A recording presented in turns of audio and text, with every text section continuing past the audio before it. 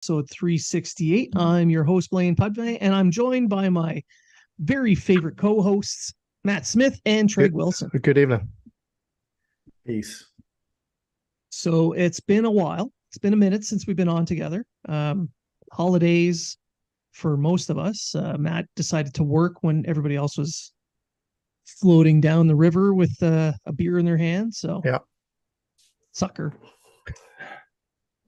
I was also working, by the way, just so you know. Matt, you weren't the only one working. Yeah, the gym doesn't count. That's more fun. I went into the office a couple hours. Monday, Tuesday, Wednesday, and Thursday. Total. I was working from home. So we're going to start ramping up again here now with multiple shows in a week. Might be 2 shows this week, might be 1 show next week, but we're starting to get back into the regular rhythm. So today, what we're going to talk about is the big 3-way trade and everything that has to do around that. We'll have another show later this week with some very special guests who will announce tomorrow as we record. It's Tuesday, the 8th of August. And tomorrow we'll put that out on social media so you can see who's coming and why. I guess they lost a bet and they have to come to the show. That's my guess. Is that right, Treg? They lose a bet? Pretty much, yeah. They yeah. They were kind of really. All right, fine. Stop kidnapping my teddy bear. I'll come on.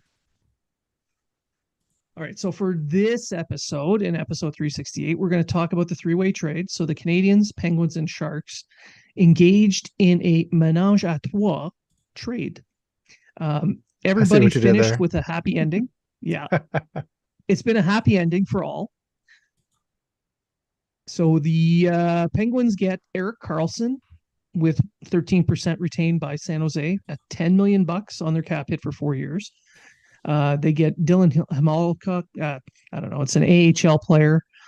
They get a 3rd-round pick from the Sharks, Rem Pitlick from Montreal, and somehow, despite picking up the $10 million player, who was the best player in this entire trade, they saved $3.137 million on the cap. So Pittsburgh definitely wins the trade from their end. Best player plus cap space. Come on. I disagree. I disagree that Pittsburgh won this trade. And for them, they won because they got exactly what they were looking for, plus cap space. The Sharks end up with Mike Hoffman, Mikael Granlund, Jan Ruda, and a 1st-round top 10 protected pick for 2024 from the Pittsburgh Penguins. I'd say that's the only thing that would be a win for them. I think San Jose was the huge losers in this. Well, I mean, they did want to get rid of much. They did want to get rid of the 10 million, but if you look at the money that came back, like 9.5, 11.75 came. They went up another 2.25. Yeah, they added 2.25 million. So, mind you, Ruda and Huffman are gone at the end of the season. So no, Ruda's got 2 years. No, Granlund's got 2 years. Anyway, pretty sure. And the Canadiens end up with Jeff Petry, Casey DeSmith, Nathan Legere, who's going to be an AHL player, and a 2025 2nd-round pick from Pittsburgh, all for picking up about $890,000 on the cap. So we can take a look at. We can talk about how Pittsburgh was not the winner in this deal, according to Trege. If you want to bring that one up, I'm more than happy to go into that. Yeah, you're right. Blain is Granlund. I was wrong. Tell my wife I was right about something, would you? Yeah. Well, here's why I think Pittsburgh didn't really win this deal. Is yes, they got Erik Karlsson, which was the best Norris Trophy winner, the best player in the deal. And yes, they do have $3 million over. However, this is a team that was 1 point from the playoffs, right? Yeah. With a healthy Crosby and a healthy Malkin. They both played 82 games. Letang came back. He missed 20 games or just 18 games or something like that because of his blood clot. Was it a stroke or blood clot or whatever, or heart? Stroke. Yeah. So because of that, so he's back. So basically, what they did is they added to their offense. They didn't really help their defense because let's admit, Carlson's not really a great defensive player. And they have suspect goaltending. Jerry and whatever his name is, who hasn't been played well since he was in Carolina, Nedeljkovic. Yes, they're probably gonna make the playoffs, but this is a team who needs to win a Stanley Cup within the next 2 years because that's when Malkin and Crosby are done. And this doesn't do it. This does not make them a cup contender. This does not make them I look at their roster and go, man, these guys are going to win the cup. Well, I do think they're a better team now than they were last year. They are, but so is a lot of other teams in the Atlantic and the Eastern Conference. Agreed.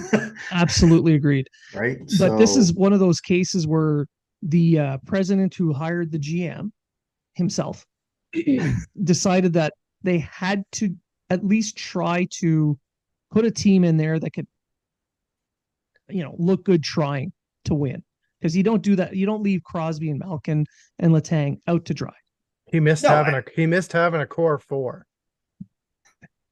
So he made a trade. Only this core four, he never negotiated any of the contracts. None. Zero. And there's so much better than the ones that he did. I mean, if you look at it perspective, they got what they wanted, then yes, they won. Because he wanted Carlson in Toronto. But listen, he got what he wanted. If you look at the prospect that, hey, we are not busting this up. We're not rebuilding. We're going after one more thing. I mean, I'm sure he has more moves to make. This is you can look at it like, yes, I'm not saying they're huge losers in it.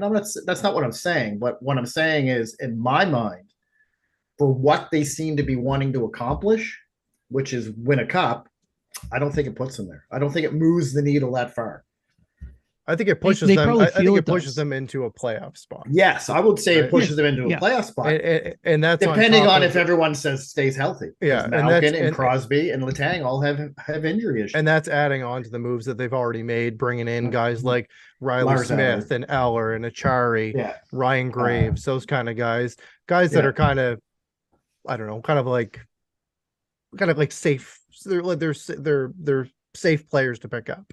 Right. Yeah. And you got to keep in mind too, Pittsburgh, if you look at their roster, you can count on one hand the number of players under the age of 30. Right. Well, that's another thing. They're an old team with not a lot of prospects. No. So, in my opinion, and if I was the GM of Pittsburgh, I would go to Crosby and Malkin and say, hey, we're stuck between a rock and a hard place here. Unless we pick up 3 or 4 players that are really going to turn this team around, I don't know how much better we're going to be. You know what I mean? And then go from there. Because, I mean, as of right now, you could get a boatload for Crosby and Malkin in a trade. Yeah. And I agree. And that's saying something with a 37 and 36-year-old player. Yeah. Who are still point per game players. Yeah. That's what I'm saying. They're still point per game, but in 2 years, they're 39 and 40, right? Or whatever. Mm-hmm. And what kind of contract are they going to get after that? Are they going to want a contract? Are they going to retire? Right. So if they retire, they get nothing. In 2 years, they have absolutely nothing for 2 of the biggest players in the NHL. Right. I have a conspiracy theory on this. This looks like the GM saying, hey, I did everything I could to help you guys win a cup. You didn't do it. And then he says, hey, could you guys maybe waive your no move clauses so we can do a full rebuild? I'll give you a chance somewhere else. I'll eat half your cap, whatever, just so we can get a return. It's possible, but I would have done that this year. Personally. But I mean, I think the whole reason they fired the last guy is they wanted somebody to try and win this year. I think Hextall knew they weren't going to win.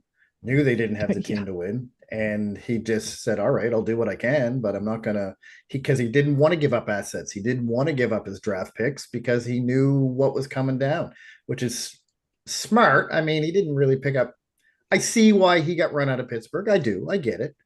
But I don't know. They're at a crossroads, and I think they went the wrong way. Personally, they're on their last leg. They're literally on their last legs with this. So you give it a shot. You make the playoffs. You might win a round. That's about it. So going with what you said, Blain. If they don't make if they don't win the cup this year, is that the way they go next year?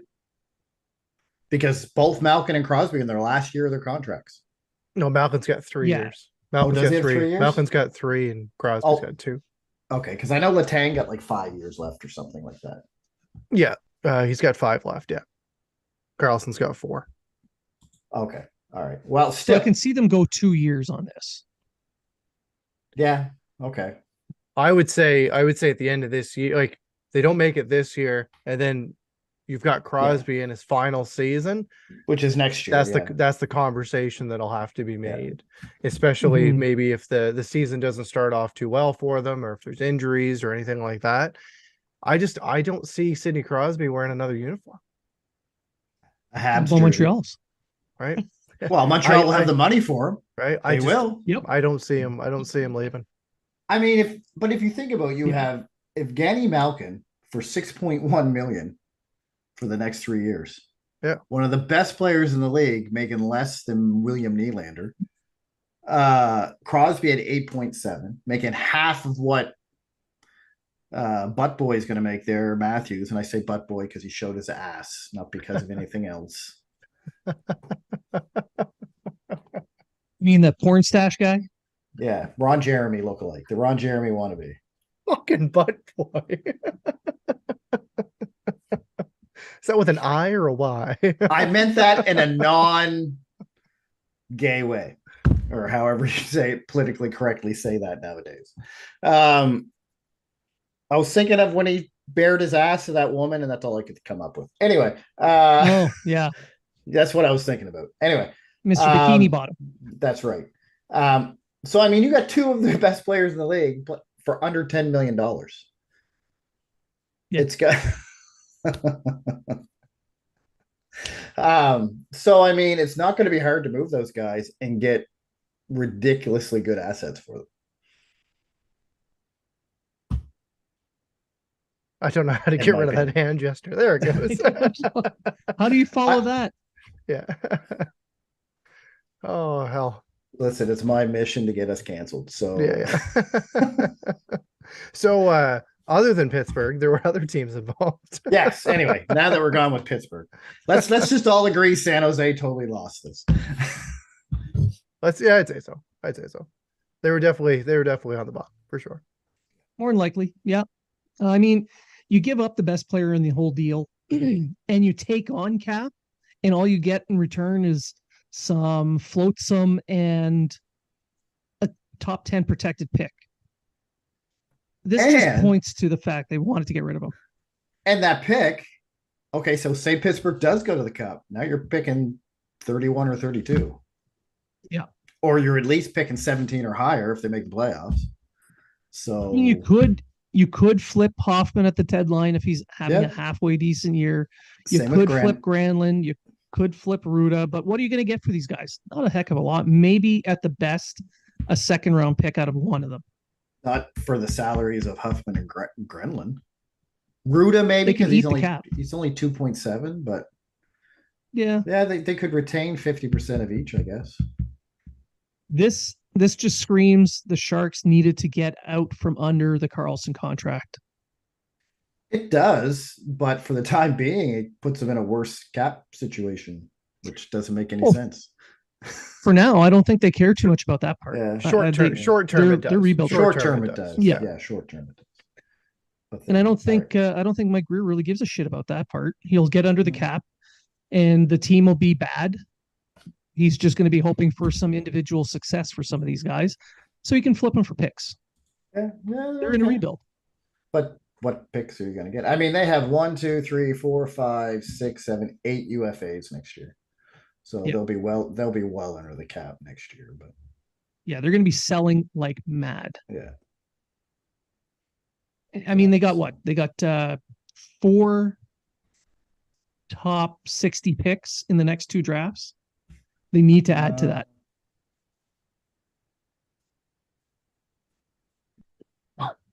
Yeah, they got 7 in the first 3 rounds of the next 2 drafts. They need to add to that. They need more. Now, obviously, everybody's pretty much in agreement on that part. That, yeah, the Sharks kind of, at least they got out from under Karlsson's contract, which is what they wanted. Hoffman to do it. Yeah. So again, like Pittsburgh, if you look at it in terms of they did what they wanted, I guess in their eyes, they can say they won or they broke even or whatever. But those are the 2 main players in this trade that, they were the ones that were trying to broker a deal.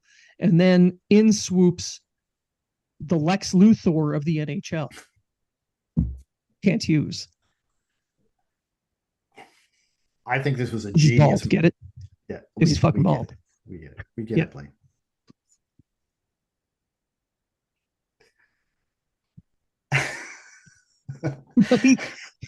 I think he did an excellent job on this. He was able to get out from underneath Hoffman's deal without having to eat any of that cap or lose an asset. He got a 2nd-round pick out of the deal. He picked up a minor league player who can help Laval this year, who's from the area. Laval needed a little bit of grit. They needed some size. They needed a little bit of veteran touch in the AHL.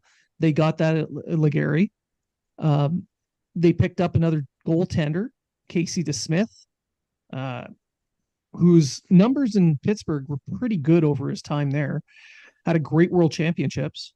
So they could possibly flip him, or they can generate some kind of a competition. And then they got Jeff Petry back somehow with 25% retained. So, I mean, good work. If you look at it for the 2025 season, which we could suspect is the season that Montreal is going to go, okay, time to put this into gear and start going for it. They're going to have 2 first-round picks and 2 second-round picks.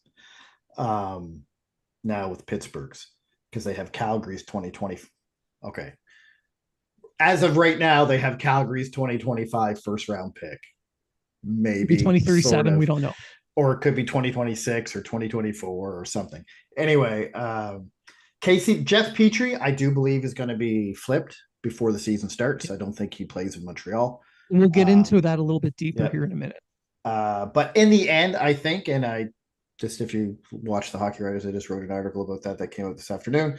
I think Montreal are the overall winners in this trade. They came in as the 3rd team to help Pittsburgh generate money. They're the ones that helped Pittsburgh get that $3 million because they took 4 or 5 over almost $6 million, knock off $1.5 million, but so $5 million off Pittsburgh's cap to help them get Karlsson in there. And they picked up 2 assets that they can easily flip. I mean, the Smith could be either flipped. It gives them the freedom to either trade Monty or Allen if they really want to.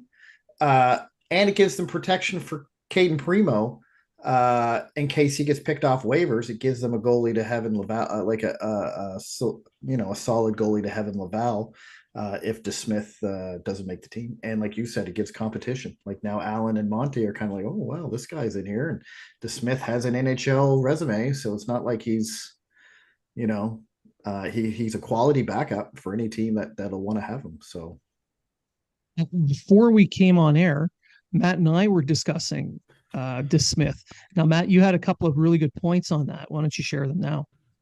So with DeSmith, like I'm wondering again if he's going to be that guy that they're going to flip, or if maybe they saw something at the World Championships and they saw we know Montembeault played fantastic at the World Championships for Canada, but DeSmith wasn't a slouch for the Americans either. He's on a very team-friendly contract, 1.8 mil. He's got no trade protection, etc. And I could think of probably half a dozen teams right now that could use a player like that, that could make their goaltending situation better. One of them right off the top of my head would be the Tampa Bay Lightning. Other one would be Chicago, possibly even the New Jersey Devils. These are teams that I don't think DeSmith would have any issue going to. And I think that they could definitely broker a deal if they wanted to. I do agree that the internal competition might definitely be there when it comes to maybe moving on from one of those goaltenders and actually keeping DeSmith there, especially with that 1.8 value and knowing that he is a veteran backup who, again, like Blain has mentioned, put up pretty decent numbers in Pittsburgh over that time, playing either with Tristan Jarry or Matt Murray, right? I was gonna say the guy that's always broken. Then all I could think of was Butt Boy, and I was like, oh, what's going on, right? Bottom. Yeah. but yeah, I really think that the thing that I don't agree with though is what you said, Trege, unfortunately, is I get the protection for Primo, but I don't think Smith would go to the AHL. You think he get picked up in waivers? I think he would get picked up, but I don't think he's he's not a guy you send to the AHL. But that's not what I meant by protection. Is you have Smith there, so if you have the two goalies set to go to Laval, right? Most teams are going to go after DeSmith, and it may help Primo get through the waivers. That's what I meant. That's what I meant by protection. Yeah. And if they do pick up Primo, well, and he goes through. But you're absolutely right. He hasn't played. He played for Wilkes-Barre in 2019-20. And then he's been in Pittsburgh ever since. Played 38 games last year, so yeah, it's not like and I know, yes, Montreal wasn't the best team last year, obviously, but he still put up better numbers than anybody in Montreal. Say he's 317 GAA and a 905 save percentage. I don't know if that was better than Monty, was it? Montembeault 3.42 with a 901. Allen 3.55 and an 891. Primo 3.46 and an 8.52. So yeah, I guess it was better. 901, 905, a save or two here or there. Right? It's not huge numbers, but still. I think that he's more, I would say, in my mind, as of right now, I think he's the guy that's more likely to move than Petry. I think they're both moving. Now, I think so too. I had mentioned an Allen, but I wouldn't be shocked if they can get rid of Allen's contract and have two goalies at $2.8 million for next year. That's pretty solid. And then because I don't think DeSmith is any better or worse than what Allen would be in that. Really? No, I don't think he would be. I think they're about the same. Allen, I think, has a little bit of a leg up just because of his time with the team and the view they have of him as a leader. But stats wise, I agree. I think DeSmith is slightly better. I mean, if they're grooming Monty to be the next starter, because I mean, I'll be honest, Allen's not a starter, and I don't think DeSmith is a starter, but they're quality backups. No. And it's the question mark still out on Montembeault. Is Montembeault a starter? Can he be a solid starter, or is he a backup goalie? I mean, I know Matt and I 2 years ago didn't think he was an AHL caliber goalie, but he's changed our minds. He's played well, but have we seen his peak? Have we seen his peak though? That's what you got to. Yeah, we haven't seen his peak. He's improved. He's definitely improved. We know what Allen is, and we know what DeSmith is. Yep. Allen can play net. He can play 2 or 3 games really well, but once he gets into the 4 or 5 or 6 games, now you're pushing it. You know what I mean? He can't be a regular number one. Yeah. DeSmith and injuries have been a concern. Correct. And DeSmith's kind of the same way. So the only thing about Allen is his contract. I mean, he's 3.85 for the next 2 years. And if you can get Smith, and then the team would be more than happy to take him, I think. I think so too. But if you can get DeSmith at 1.8, and like we just said, they're both the same. So a team's going to come calling. They're not going to call for the 3.8 goalie. They're going to call for the 1.8 goalie. Although Allen does have a Stanley Cup ring. He does. And I guess DeSmith wasn't on the team when they won the cup. So, and DeSmith's a UFA at the end of the year. So, yeah. And with, on Montembeault, I know he had this big world championships. Everyone's pointing to the great play that he had during that tournament. And it's a short tournament. It's only like 7 games long for him. So yeah, no, he showed some good things in that tournament, but all in all, he wasn't that much better than DeSmith in the same tournament. So I like you, I think he could become a starter, perhaps not top of the league starter, but someone who can, reliably start 40 to 45 games in a season and give you a decent number, like a 9-10 save percentage. Nothing all-star wise. It's kind of like we're in when Roy left and Thibault showed up. I think we're in that level right now with Price gone. And it's funny you mention that, because I was just going to say, to me, he's a Thibault type player that needs an Andy Moog type backup to push him and get him to, because if you notice the year they had Andy Moog, Jocelyn Thibault was a much better goalie than when they had Patrick Blonsky, right? So he needs that guy to push him, but he also needs that guy that can play 35 games, or when I almost split the season with him. So to give him a proper rest between starts. Correct. Yeah. But I mean, it's been brought up on the internet. Montembeault has not signed an extension yet. He's a UFA at the end of the year. So what are Montreal's real intentions with Sam Montembeault? He was a waiver pickup, and he was pushed into a starting role due to injuries to Jake Allen. Now, JD Lorang says he doesn't see Jake Allen moving because he thinks Hughes will be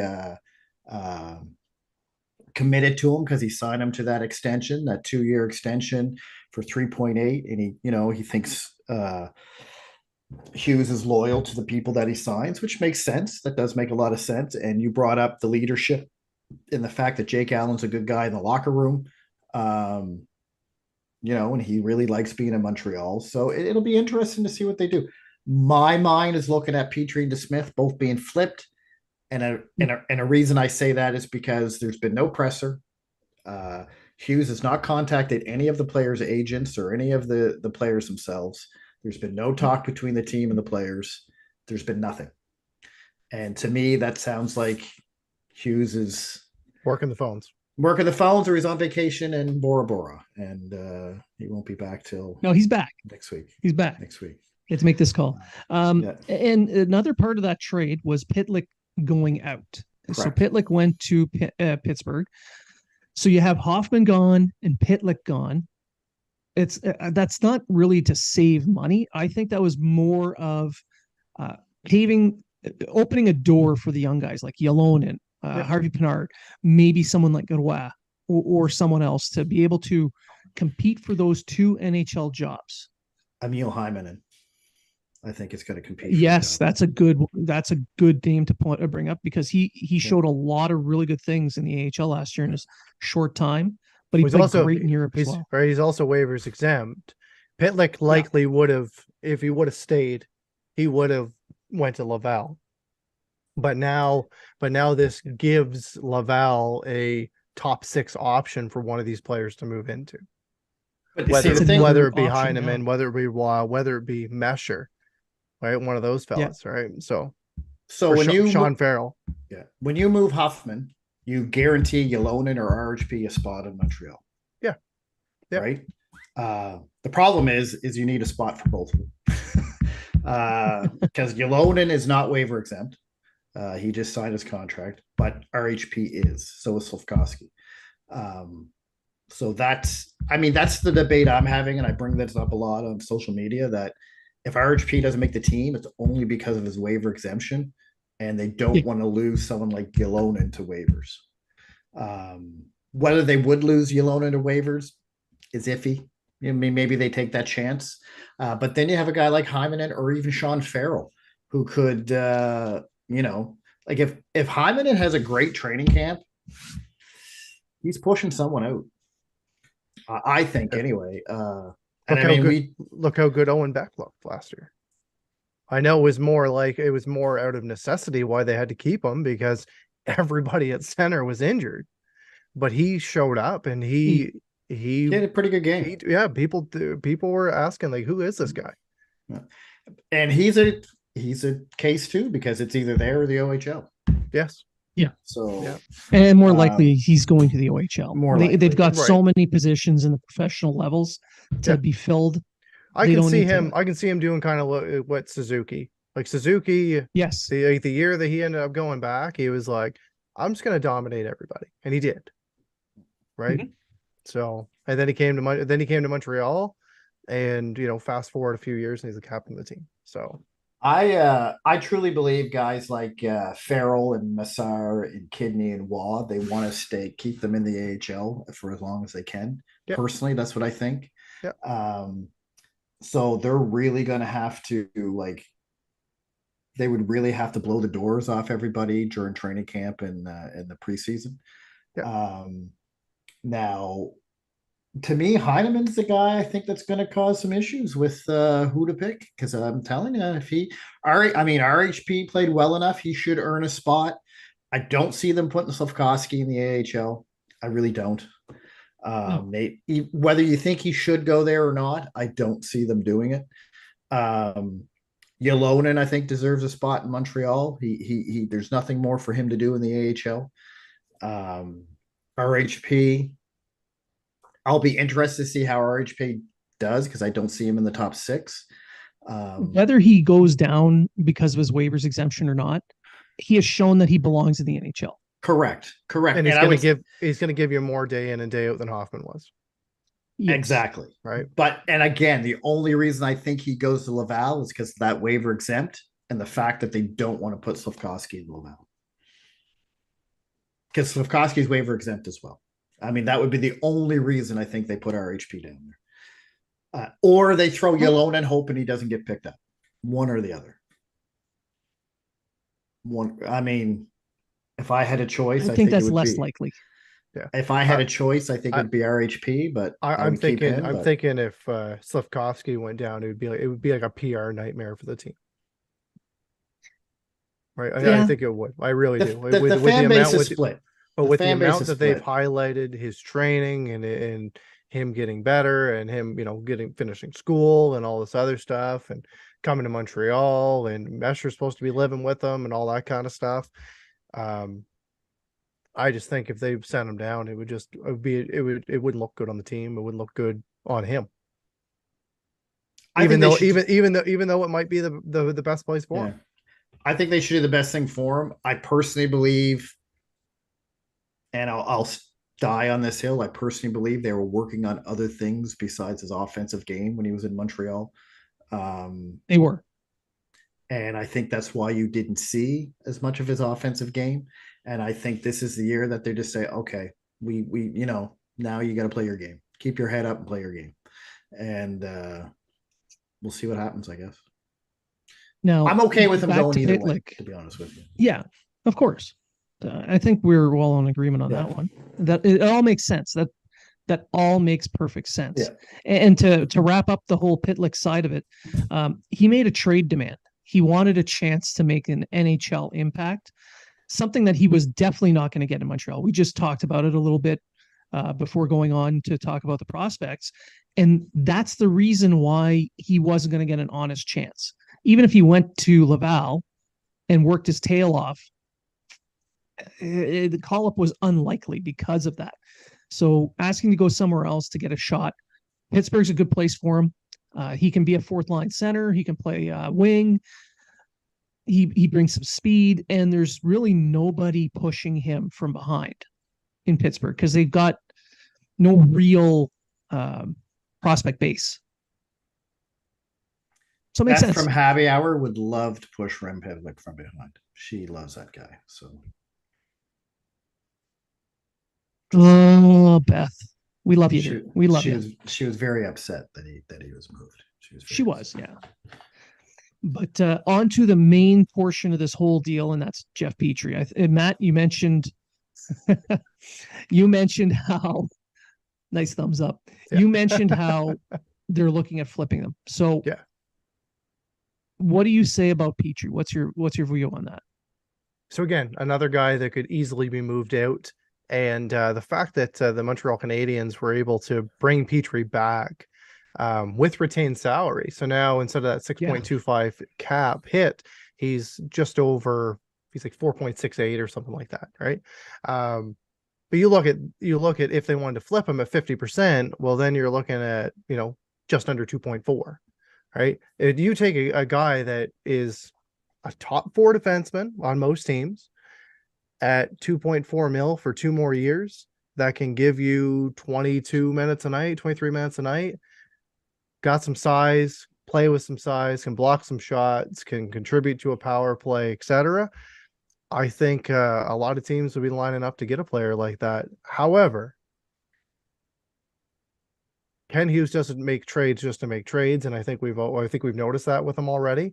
This is 100% asset management to him, and he's got a price set for this player, and it's not going to be, I'm giving Jeff Petry away for future considerations or draft pick or whatever it's going to be. He's got a price, and he's going to get that price, or Jeff Petry's going to be playing for the Montreal Canadiens. It's kind of easy as that. And if he can't find that move with the teams that Petry would like to go to, because he's got a 15 team no trade, or modified no trade, so 15 no trade, he's going to have to maybe waive that to go somewhere else. Does Jeff Petry make the Canadiens blue line better? Yes, he does. Does he start the season in Montreal? Who knows? I would put it at less than 50%. It's gonna get interesting over the next the next few weeks, and see what comes of this, because they've got him at a good value right now. They can trade him again, as I said, as a even better value to a team, especially to a contender or someone trying to get into contending status. And they might be able to really do something with this, just like the DeSmith. Well, how many 30-point defensemen at his size and his ability, his skating ability, are available at that price range? Someone who's got a positive expected goals for, a positive Corsi, positive Fenwick, positive high danger chances for. He's in the positive range, and he can play power play. He can play 5-on-5. He's good in the transition. There's some warts on the defensive side. He can play physical a little bit. He had an off season. There's not a lot of guys there, right? He had an off season last year. He played. He was taking over for Letang. Yes, played through some injuries, etc. But he played 61 games, still put up 31 points, 111 blocks, 190 hits. Like, they're pretty decent numbers, to be honest. And he played first line minutes. Right? He had 31 points and he's more of a 40-point defenseman, because he played 31 points in 61 games. Yeah. So he's on closer to on pace for. I mean, the year before in Montreal, 27 and 68. But if you look at the numbers, if you split Ducharme and Martin St. Louis, two totally different players. He did not like playing for Dom Ducharme whatsoever. So I'm going to play the devil's advocate and say he stays. I don't think he does, but let's say he stays. COVID regulations are not in Montreal anymore, so that's not going to be. That was the main issue and the main reason. Right. He never officially went to Ken Hughes and asked for a trade. Ken Hughes was very adamant about that. He said he would be probably happier somewhere else, but he never demanded a trade from Ken Hughes. Right. Third of all, Jeff Petry's not a bad defenseman. No, he's not great in defense, but he's not terrible. He provides some offense.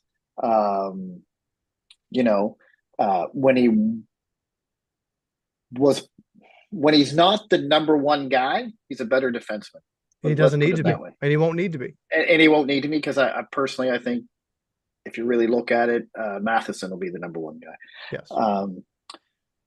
He'd be on the number one on the right side, though. I don't think you're going to put Matheson and Petry together. You're pretty much putting two Petrys on the same line. So I think you split them up. I think you have like a Petry with a Gooley and a Matheson with a Savard. if they stay. That's what I think. Maybe I'm wrong. Maybe they do put them together. I don't know. Assuming he stays and assuming he plays to this level as a 40-point defenseman, do the Canadiens hold on to him right up until the trade deadline? And do you think that they hold 50% of that cap? Because now you have a 4.6 defenseman turning into a 2.8 top 4 defenseman. What's that worth? I don't know if Hughes doesn't like to retain money. So but I mean, there's also the extra year as well. There's the extra year. So I mean, like with Edmondson, he only had 1 season, I think. I think Edmondson was gone next year. Just this year. Yeah. Just this year, yeah. So I mean, he doesn't mind retaining salary that he knows is going to be off the books at the end of the year. I think it's going to depend. If he does play for the team, it's going to be where the team's at, where the player's at, and if the phone starts ringing for his services. You know what? He got Huffman and never gave up anything or retained any money.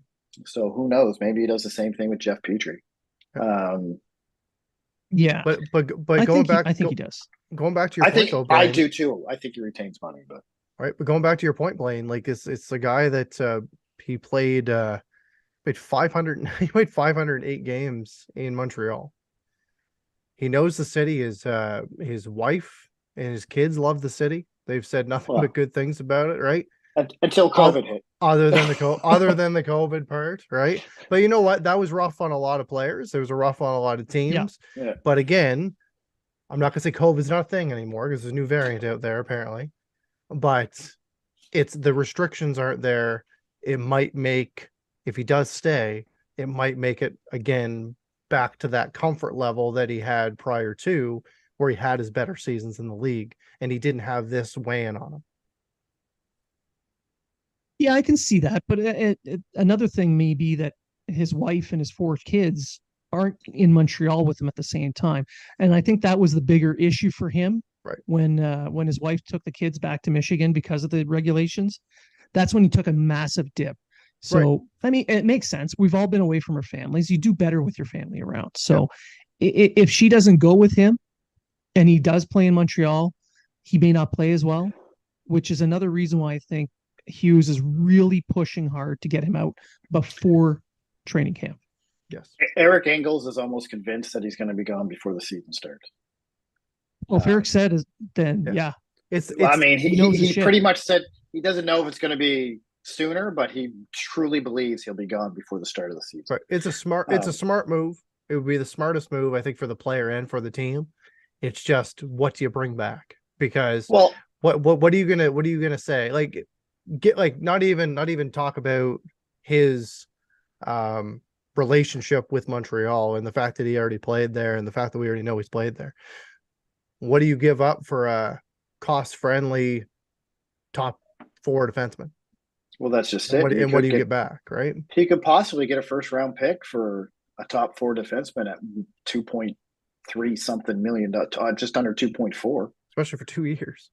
For 2 years, 100% he'd get a first. He would 100% get a first. Yeah. At least a first. Because that means he's holding on to almost over $2 million for the next 2 years as well. And Ken Hughes is saying, listen, if I got to hold this money, next year is our bread and butter year. We have over $15 million in cap space. That's taking $2 million off my 15. Yeah. You know what I mean? Yeah. And, so he's going to say, if you want him, like, let's look at a team like the Edmonton Oilers, who I think he'd fit in great with. He's saying, all right, you give us your first. You're going to make the playoffs anyway. So it's going to be in the 20s. You're going to do well in the West. You know what I mean? Right. Give us your first. And you can have Petry. He's going to want to go to the States. They're more likely he's going to ask to go to the States if he goes. I'm just throwing a team out there, but I mean, or maybe he wants Detroit, Chicago. Brooke actually brought Chicago up. Now I don't know if Chicago is going to give up a first-round pick for him because Chicago's in a rebuild mode. But he's also going back to his old. He's also going back to his old defensive coach. Correct. Right. It doesn't also have to be a first in this coming draft either. It could be a first. No, it doesn't. A year from now. Like they've got the least first round pick in 2025. Yeah. They can give that up, right? Yeah. They got the Lightning's first round pick this year, or they can give a couple of seconds. They've got 1, 2, 6. They got 8 second-round picks over the next 3 drafts. They can give up a couple of those. Like there's ways around this. But Matt hit the nail on the head. If he's traded, or him and DeSmith are traded, Hughes is going to get exactly what he wants for it, or at least close to it. Yeah, no, he always does.